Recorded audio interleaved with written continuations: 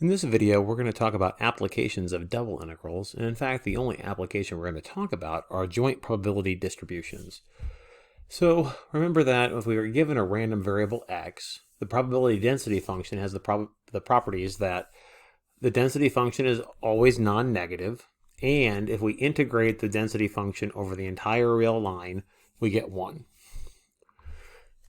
Well, we can do this as a joint probability density function, which I've got a typo there. It should be just 1t, obviously.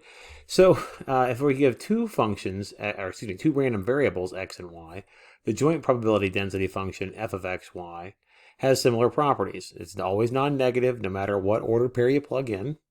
And if I do the iterated integral over all possible x's and y's, I get 1.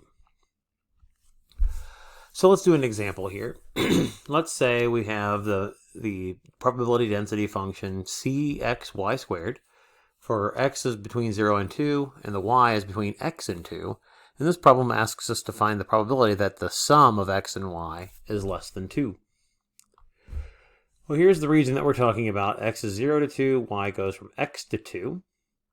We also need to figure out what the c value is, so we use the property that the double integral of the density function has to be 1 if we consider all possible xy ordered pairs. So the only part there where it's non-zero possibly is on this triangle. So we'll integrate 0 to 2 for the x's, x to 2 for the y's. Antiderivative for the y squared is y cubed over 3. We just went ahead and popped the c out in front since it's a constant. Plug in your endpoints, plug in 2 for y, then plug in x for y. Get 8x minus x to the 4th dx. We're going to integrate from 0 to 2. Went ahead and pulled the 1/3 out in front as well. Antiderivative here. Plug in your endpoints. Will give you 16 over 5 times c equals 1. So the c has to be 5/16. Now that we have the c, we can answer the question. So we need x plus y to be less than 2. So if we look at the line x plus y equals 2, that has a y-intercept of 2 and a slope of -1. So that line comes through the region this way. So the only part of the region that we're actually interested in is this triangular region here, right? Okay.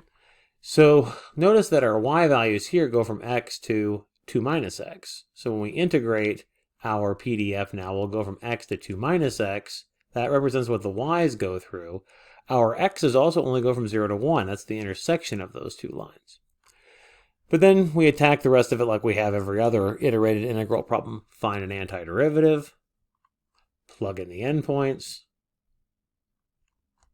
multiply it out so we can integrate it simpler, find an antiderivative, plug in your endpoints. So you'll get a probability here of 11 over 96.